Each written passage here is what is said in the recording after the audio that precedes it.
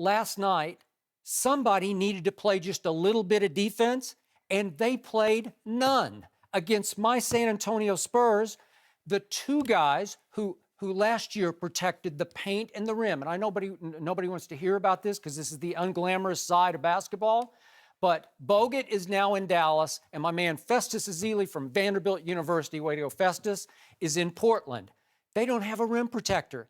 Zaza Pachulia last night was nowhere to be found. He played 20 minutes. He scored 2 points and had 3 rebounds and 0 block shots.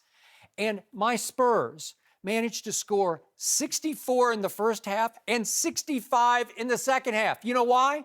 Because it was a LeBron James memorial super highway to the basket for my San Antonio Spurs. Yep. Whatever they wanted, they got. If they wanted offensive rebounds, they got 20-something of those. If they wanted rebounds in general, they got all of those because they won the boards 55-35. And again, before the game last night, you can check my timeline, I predicted that my Spurs would upset Golden State, but I didn't see 129-100. Golden State was an 8-point favorite at home.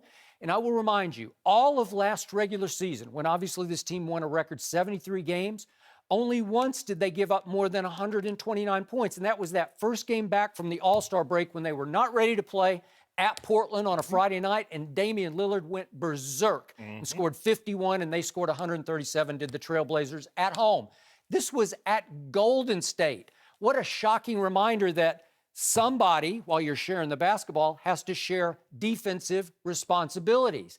Listen, my Spurs are not a big team. That's why I couldn't pick them to win the West this year, because they're going to miss Tim Duncan over time. They're just not big enough. They've lost too many big people over time. Splitter, we could just go down the list of guys you'd say, oh, they're just guys or stiffs or whatever you want to call them. But my Spurs are not big enough with Pau Gasol. He's not a defensive force either.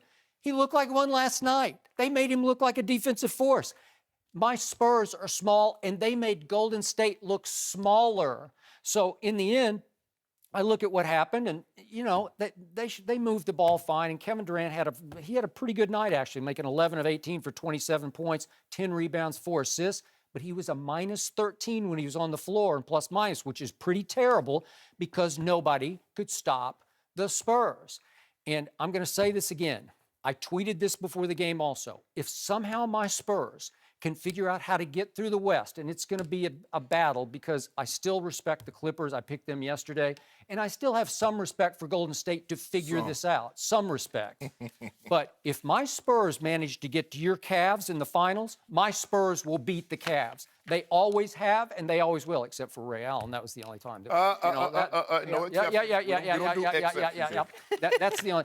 My Spurs have the number of LeBron James, and in whichever team he's on, the Heat or the Cavs, they will win the finals, but they got to get to the finals first, and that's going to be a tall order. They're 1-1 in the finals, Skip, okay? When LeBron had his team and the Spurs had their team, okay? They're 1-1. And by the way, the one you're talking about on my side was by a record margin of victory. You win by 1 or you win by 50. Yeah. Or you win by Ray Allen making the greatest clutch shot in history, saving the legacy of LeBron James, who had 3 turnovers in the last 3 minutes of Game 6 and missed the shot to tie. We'll get a chance. Get a chance to talk about LeBron and his triple-double. But right now, let's talk about the Warriors and the Spurs.